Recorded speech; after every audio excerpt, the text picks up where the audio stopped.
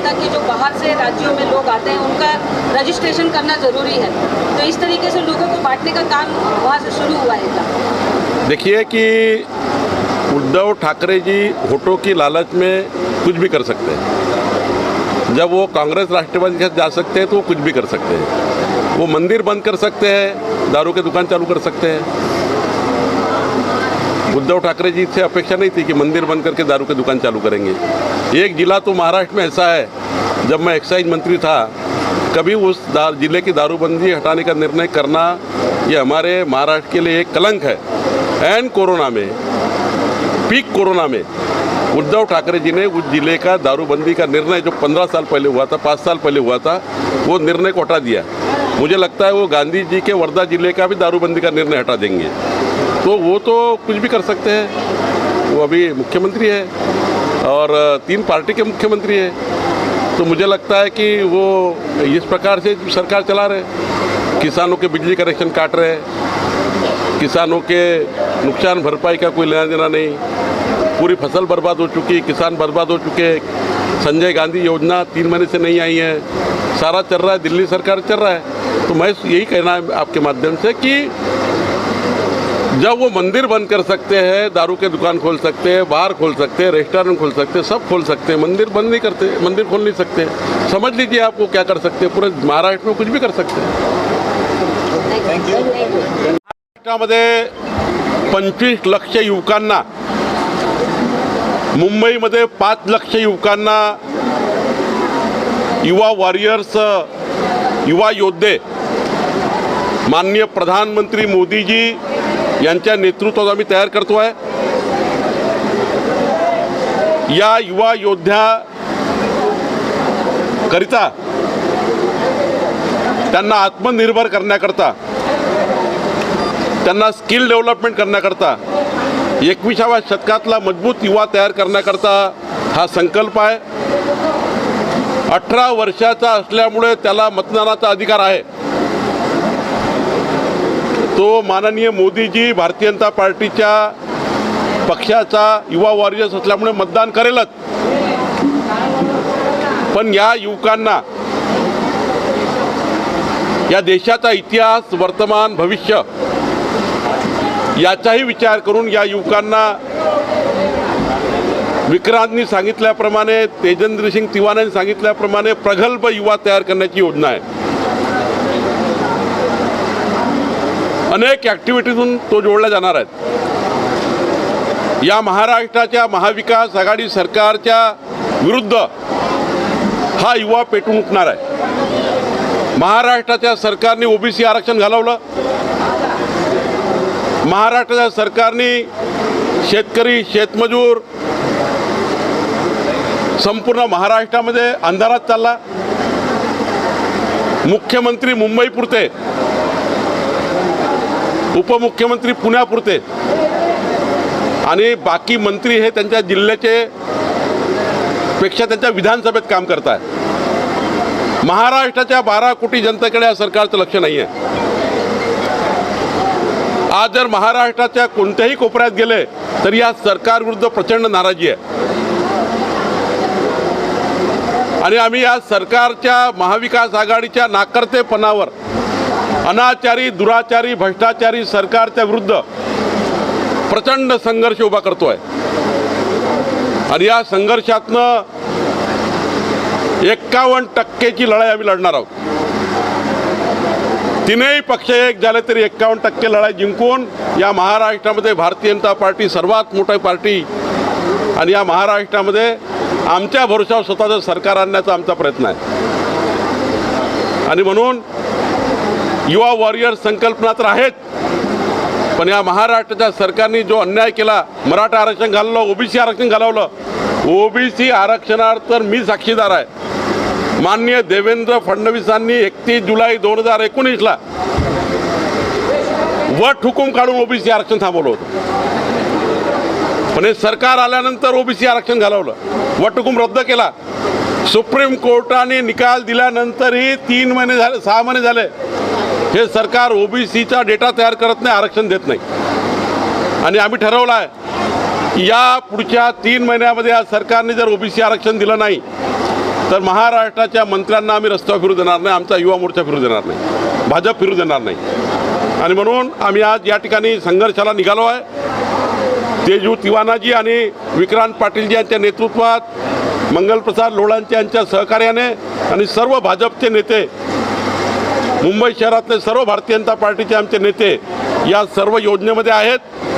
आणि मी आपल्याला जाणीवपूर्वक सांगणार आहे, 25 डिसेंबरपर्यंत मुंबईमध्ये 5 लाख युवक तयार होतील आणि हे युवक प्रचंड ताकदीने सरकारचा सोबत तर संघर्ष करतीलच, पण माननीय मोदीजींना जगामध्ये सर्वोत्कृष्ट भारत निर्माण करण्याकरता मोदीजींना साथ देतील या विचाराचा युवा आम्ही तयार करतो आहे. आणि त्या युवकांकरता सुद्धा माननीय प्रधानमंत्री मोदीजींनी केलेल्या आत्मनिर्भर भारताच्या योजना पोहोचवणार आहोत आणि हा संकल्प आम्ही करून चाललो आहे. ही संकल्प यात्रा निघाली आहे. 5 दिवसामध्ये आम्ही 25 विधानसभा मतदारसंघ पूर्ण करणार. दुसऱ्या फेजमध्ये 11 विधानसभा करणार. एक विधानसभेमध्ये किमान 10,000 युवा वॉरियर्स तयार होणार, किमान 10,000. काही विधानसभेत 15,000 होणार, पण 10,000च्या कमी कुठेही युवा वॉरियर्स राहणार नाही याची काळजी आम्ही घेतो आहे. शाखा उद्घाटन सुरू होणार आहे, आज सिम्बॉलिक होणार आहे, पण यानंतर प्रत्येक वार्डात, प्रत्येक गल्लीत, प्रत्येक सोसायटीमध्ये युवा वॉरियर शाखेचं उद्घाटन होणार आणि मोठ्या प्रमाणावर युवा भारतीय जनता पार्टीला कनेक्ट होणार आहे. कई विधानसभा है, वर्ली विधानसभा को ही क्यों चुना गया है, यहाँ से ही क्यों शुरुआत की गई है? देखिए, वर्ली विधानसभा में हमें सारे युवाओं को कनेक्ट करना है. यहाँ पर जो विधायक है उनका ख्याल अभी युवाओं पे नहीं है, वो भी महाराष्ट्र के नेता बन गए.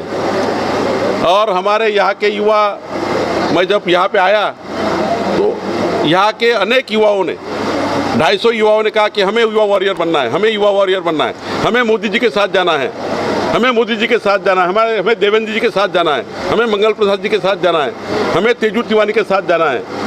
तो ये सब युवा दौड़ चले और मैंने देखा अभी माहौल, तो मैं आपको बहुत जवाबदार से कहूँगा कि वर्ली विधानसभा में मैंने तो 10,000 कहा है, 15,000 के ऊपर युवा अगले 3 महीने में भारतीय जनता पार्टी के युवा वॉरियर्स हो गए. ये चित्र यहाँ पे दिख रहा है और वो चित्र भारतीय जनता पार्टी के साथ आने का दिख रहा है. हम उनको कनेक्ट करेंगे. तिवारी जी, किस तरह से संकल्प को आगे बढ़ाने वाले हैं, जिस तरह से टारगेट दिया गया है, अचीव करना कितना मुश्किल है, ये कितना आसान है? तो मुश्किल कुछ नहीं है, अगर आप ठान लेंगे तो मंजिल मिलनी है, क्योंकि हमारे विचार नेक है, हमारी विचार नेक है. इसलिए हमने संकल्प लेते हुए आज वर्ली विधानसभा से युवा वॉरियर की जो हमारे नेतागण आदरणीय देवेंद्र फडणवीस जी, आदरणीय चंद्रशेखर बावनकुळे जी, माननीय मंगल प्रभात लोढ़ा जी, आदरणीय विक्रांत पाटिल जी, इनके नेतृत्व में मुंबई युवा मोर्चा ने यह ठान लिया है कि 18 से 25 साल का जो युवक है वो प्रत्येक विधानसभा में हम लोग टारगेट करके 15,000 से ज़्यादा ऐसे युवकों को अपने साथ जोड़ेंगे, कहीं ना कहीं सांस्कृतिक कार्यक्रमों के माध्यम से या खेलकूद के कार्यक्रमों के माध्यम से. और मैं आपको विश्वास दिलाता हूँ, दिसंबर 15 तारीख से पहले कहीं ना कहीं 5 लाख की यादी हमारे हाथ में रहेगी और वो हम लोग एक प्रेस कॉन्फ्रेंस बुला के उसको रिलीज़ भी करेंगे आपके सामने. क्या फ़ायदा क्या मिलेगा उनको आपकी तरफ से, क्या फ़ायदा मिलेगा, क्या लाभ मिलेगा?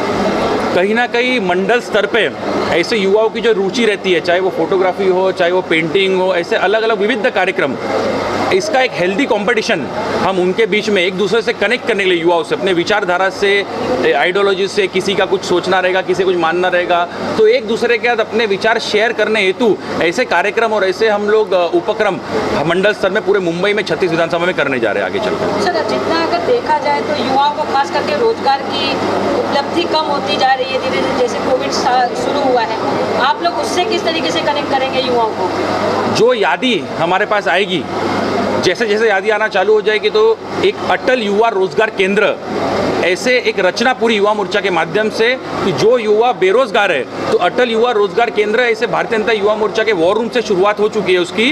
और हम जो युवा बेरोजगार है उसको जोड़ने के लिए, काम दिलाने के लिए हमने ऐसे विविध 4 कंपनियों से टाई अप भी कर लिया है कि निःशुल्क उन्हें नौकरियां दिलाई जाएगी. उसकी शुरुआत आने वाले 3 अक्टूबर से हम करने जा रहे हैं. उसकी पढ़ाई लिखाई भी आप लोग लेंगे? हाँ, देखिए, जब ये ऐसा विक्रांत ने कहा, उनका हम जो रजिस्ट्रेशन कर रहे हैं उसमें वो उसका पूरा नाम, जन्म तारीख, उनका डेटा, वो अभी क्या कर रहे हैं, उनको क्या करना चाहता है, उसको वो मंजिल पर पहुंचने के लिए भारतीय जनता पार्टी क्या मदद करेगी ये भी हमने किया है, और वो डेटा भी हम कनेक्ट कर रहे हैं, साथ साथ में उसका पूरा डिटेल भी ले रहे हैं।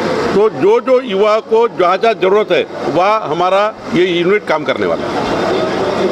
यांच्या नेतृत्वाखाली खूप झुंजार पद्धतीनं काम करतोय, सातत्याने आक्रमक पवित्रा घेत या ठिकाणी युवांना न्याय द्यायचा प्रयत्न करतो। ते आमचं काम आहे, युवांना न्याय द्यायचा आमचा विषय आहे, तो आम्ही करतच राहू। पण त्याचबरोबरीनं एक वेगळा संकल्प, एक वेगळी संकल्पना घेऊन आम्ही समोर आलेलो आहे आणि 18 ते 25 वयोगटातल्या युवांना जोडण्यासाठी आणि त्यांच्या आवडीचे विषय घेऊन त्यांना जोडण्यासाठी युवा वॉरियर्स ही संकल्पना आम्ही राज्यभरात राबवत आहे। राज्यातल्या अनेक विभागाचा दौरा आम्ही त्या ठिकाणी केला। आमचे सन्माननीय प्रभारी चंद्रशेखरजी बावनकुळे साहेब यांच्या नेतृत्वाखाली त्या ठिकाणी उत्तर महाराष्ट्र, मराठवाडा, विदर्भाचा काही भाग, पश्चिम महाराष्ट्राचा काही भाग असा आम्ही पूर्ण केला आणि आज मुंबई विभागाच्या या दौऱ्यामध्ये आम्ही याची सुरुवात केलेली आहे। तेजिंदरजी तिवाना यांच्या नेतृत्वाखाली मुंबईचा हा दौरा पुढच्या 5 दिवसात आम्ही पूर्ण करणार आहे। वरळी विधानसभेपासून याची आज सुरुवात झालेली आहे, शुभारंभ झालेला आहे। 18 ते 25 हा जो युवा आहे याला जोडण्यासाठीचा आमचा हा संकल्प आहे। हा एक खूप प्रगल्भ युवा आहे, पण लोकशाहीच्या एकंदरीत व्यवस्थेमध्ये आज हा युवा त्याची जागा शोधतोय, स्पेस शोधतोय, पण ती स्पेस त्याला मिळत नाहीये आणि मग तो व्यथित होतो, चिडचिड करतो आणि मग टीका करणाऱ्या युवामध्ये त्याचं परिवर्तन होतो आणि मग सोशल मीडियातून तो युवा व्यक्त होतो। आणि म्हणून युवा मोर्चाने ठरवलं, देवेंद्रजी फडणवीस साहेब, चंद्रकांतदादा पाटील, मंगलप्रभातजी लोढा यांच्या मार्गदर्शनाखाली आम्हाला टीका करणारा युवा घडवायचा नाहीये, आम्हाला टॉक करणारा, संवाद करणारा युवा घडवायचा आहे। यासाठीचा हा संकल्प आहे, त्याचा हा शुभारंभ आहे आणि म्हणून युवा वॉरियरच्या माध्यमातून आम्ही हे काम पुढच्या 1.5 महिन्यामध्ये राज्यभरात पूर्ण करणार आहे आणि मग युवांसाठीच्या सातत्यपूर्ण ॲक्टिव्हिटी देत कला, क्रीडा, सामाजिक, सांस्कृतिक, पर्यावरण, wild life photography, Chhatrapati Shivaji महाराजांचे गडकिल्ले अशा अनेक विषयामध्ये भरीव कामगिरी 18 ते 25च्या युवांसाठी स्पेसिफिक पद्धतीने आम्ही करणार आहे। हा विषय आपल्यासमोर ठेवण्याचा मी प्रयत्न केला। आमचे सन्माननीय प्रभारी चंद्रशेखरजी बावनकुळे साहेब आजच्या या पत्रकार परिषदेला मार्गदर्शन करतील।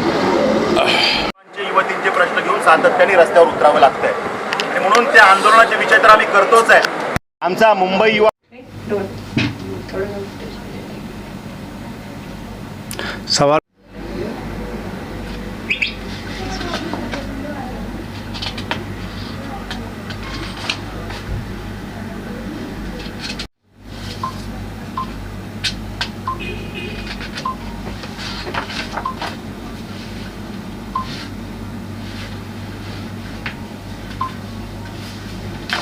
पेज नहीं आना चाहिए, पेज नहीं आता।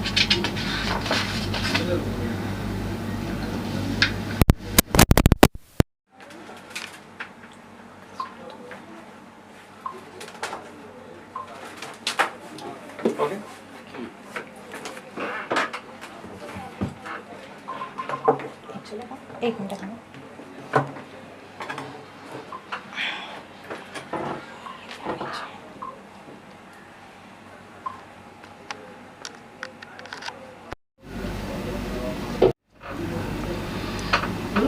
विजय सर, क्या कहना चाहेंगे? देश में इस तरीके से महंत लोगों का आत्महत्या होना, जो देश में शांति और प्रेम की चीजें लोगों तक भेजते हैं, ऐसे लोगों का आत्महत्या होना देश के लिए किस तरीके से देखते हैं आप?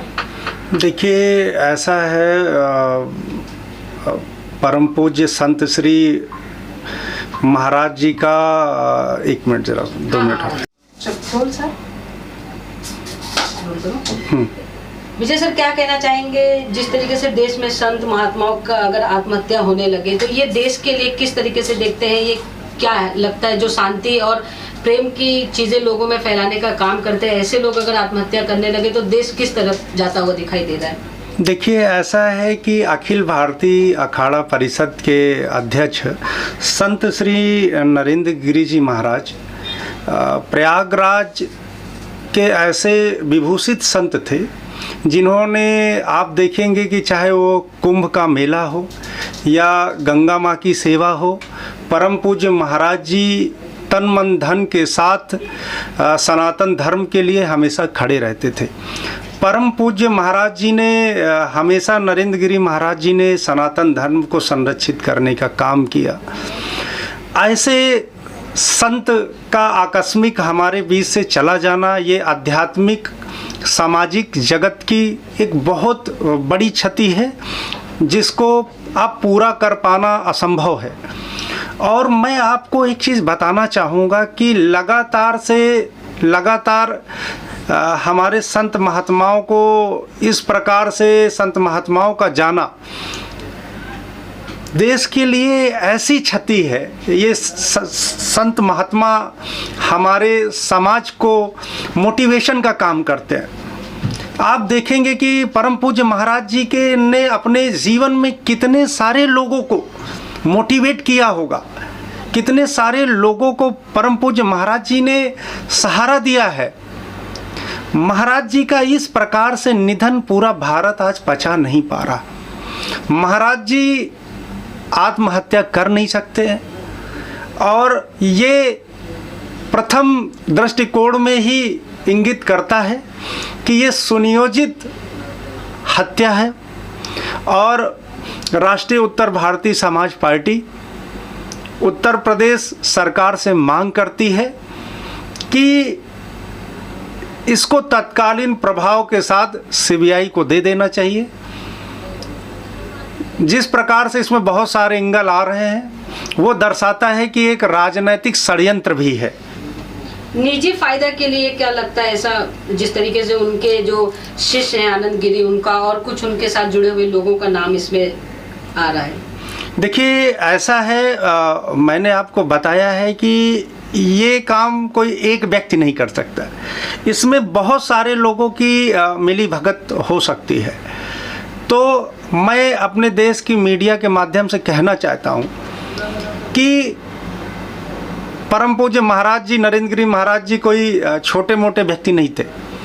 उनके अंडर में बहुत सारे और अखाड़े आते थे और उनका संबंध हर व्यक्ति से बहुत अच्छा था। वो चाहे राजनैतिक हो चाहे सामाजिक हो, वो हर व्यक्ति के बड़े नज़दीक थे और बड़े सौम्य प्रकृति के व्यक्तित्व थे। उनका जीवन बड़ा सौम्यता से भरा हुआ था। तो ऐसा व्यक्ति मैं नहीं समझता हूँ कि बिना किसी प्रेशर के वो ऐसा कदम उठा सकता है। तो इसमें जो भी इसका दोषी है उसके खिलाफ कठोरतम कार्रवाई होनी चाहिए। इसके लिए फर्स्ट दृष्टिकोण में तो एसआईटी बनाना चाहिए, और मैं तो कहता हूं कि इसको सीबीआई को दे देना चाहिए।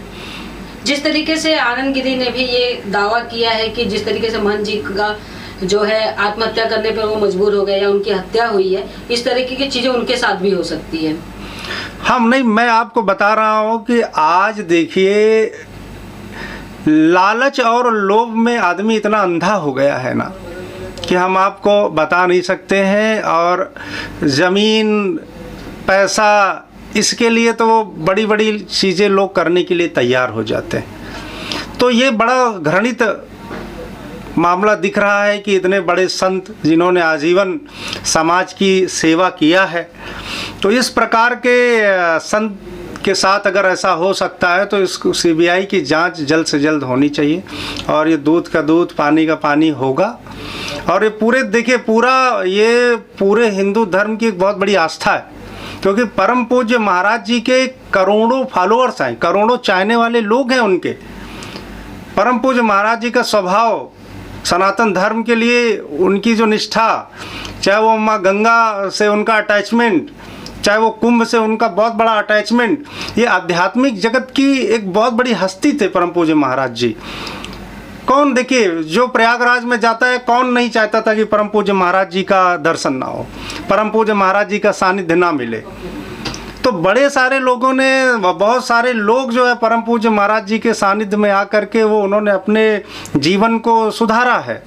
तो इस प्रकार के संत अगर आज हमारे बीच में नहीं है, मैं उनको हृदय श्रद्धांजलि देता हूँ और परमपिता परमात्मा से ये प्रार्थना करता हूँ कि उनको अपने धाम में ले और यहाँ पर जो दोषी है उनको कठोर दंड मिले, ऐसा मेरा मानना है। सर एक बात ये भी है कि वो एक प्रभावशाली व्यक्तित्व वाले थे, जिन पर सरकार भी जो है उनकी बातों के आगे झुक जाया करती। बिल्कुल, बिल्कुल। ऐसे व्यक्ति का आत्महत्या करना या हत्या होना, क्या लगता है, आप कभी उनसे मिले हैं इन सारी चीजों से, क्या लगता है? देखिए, महाराज जी से बहुत पहले लगभग 8 से 9 साल पहले मैं महाराज जी से मिला हूँ एक बार, और महाराज जी के दर्शन करने का लाभ हमें जो है प्राप्त हुआ था इलाहाबाद में, प्रयागराज में।